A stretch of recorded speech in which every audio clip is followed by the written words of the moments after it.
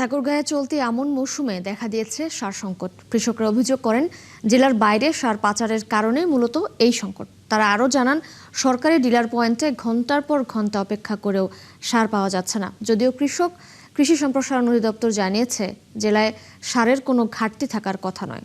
তানভীর হাসান তানুর তথ্য ও জাহিদ হাসান মিলুর ছবিতে প্রতিবেদন।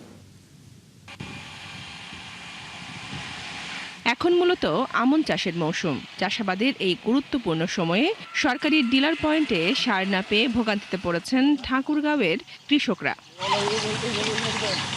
অনেকের অভিযোগ, সরকারি ডিলার পয়েন্টে সার পাওয়া না গেলেও খোলা বাজারে বেশি দামে বিক্রি হচ্ছে সেই সার। তবে এই বিক্রির সময় দেয়া হচ্ছে না কোনো রসিদ। সার যখন ডিলারের মাধ্যমে ডিলারের কাছে আসে পৌঁছায়, ডিলার সারটা পাচার করে দেয়, সারটা কৃষকের কাছে আসে পৌঁছায় না।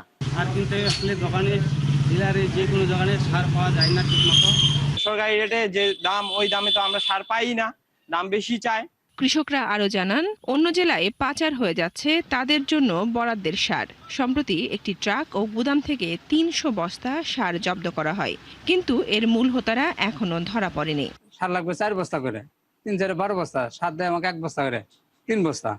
এই জন্য অনলাইন পদ্ধতি নাইনে না থাকে অনলাইন বেশি দামে কিনে নিয়ে গৃহস্থী করা লাগে। 2-3 দিন ধরে খুঁজতে যে সার পাই না। সার গেল কোথায়? এখন 5 তারিখের পর সার হবে। 5 তারিখে আমরা সময় অপেক্ষা করে থাকবো। খুচরা সার বিক্রেতারা জানান, তারা ডিলারের কাছ থেকে সরকারি বস্তার সার সংগ্রহ করেন। সেখানে তাদের বাড়তি দাম দিতে হয়। খুচরা পর্যায়ে আর কি কৃষকের দ্বারা করে আর কি 10 কেজি 20 কেজি করে যারা নেয় তাদের কাছে বিক্রি করে।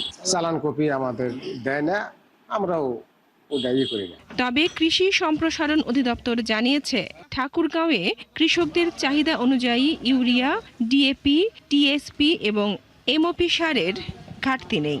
বেশি লাভের আশায় কিছু ব্যবসায়ী সংকট তৈরি করছে। আমাদের কাছে এরকম ডিলারের কোনো আসে নাই। কারণ হচ্ছে যে আমরা যে দুটো সার ধরেছি, যে দুটো অভিযান হয়েছে, এটা কিন্তু হচ্ছে যে লাইসেন্সবিহীন আনঅথরাইজড পারসন। অথরাইজড পারসন যদি হয়, ডিলার যদি হয়, তো তার তো লাইসেন্স বাতিল হয়ে যাবে, সাথে সাথে তার জামানত সহ লাইসেন্স বাতিল হবে। এদিকে জেলা প্রশাসক জানান, দ্রুতই পাচারকারীদের শনাক্ত করে ব্যবস্থা নেওয়া হবে। পাচার চক্রগুলোর সাথে যারা জড়িত তাদের ব্যাপারে কি ব্যবস্থা হবে।